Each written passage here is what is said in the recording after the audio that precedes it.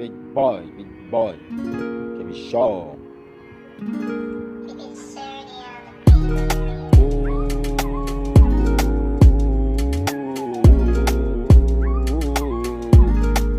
Gashi na kwalla, gashi na kwalla, yau na shiga kuntun so. Ashe so ba shi da daɗi, ni bin yi zaton haka ne ba. Da fare na yaro na shiga kuntun so.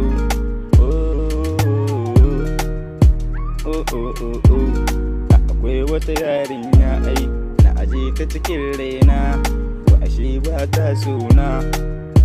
Ki tsaya ki ji hobbina, kare da ki ɗau zance, zancen makiya duba, ki aje shi burowa ya fi, ki rike na mana ni, na rage kyama na ai, domin ki sani shi so, ai ba a sauya shi, domin ne wai so, ni na fa kusan ƙauna.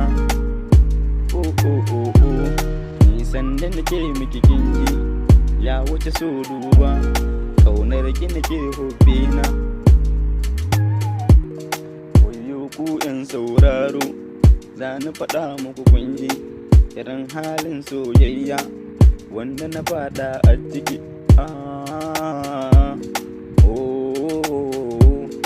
Kudi ba dai ku gane ta, ita ga ta ɗiyar manya. Kuma ga su da hali na ce, ni kuma yaro ne, amma a hakan ma na ce, na gode wa Allah.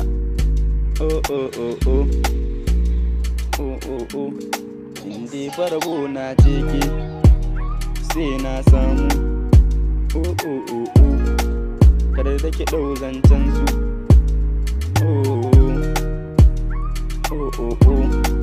Ni dai ke bi ne, kuma yaro ne, aje zancen makiya, da su ce miki bulhun ne ni, ko su ce miki mishkes ne ni, ko su ce miki wicket ne ni.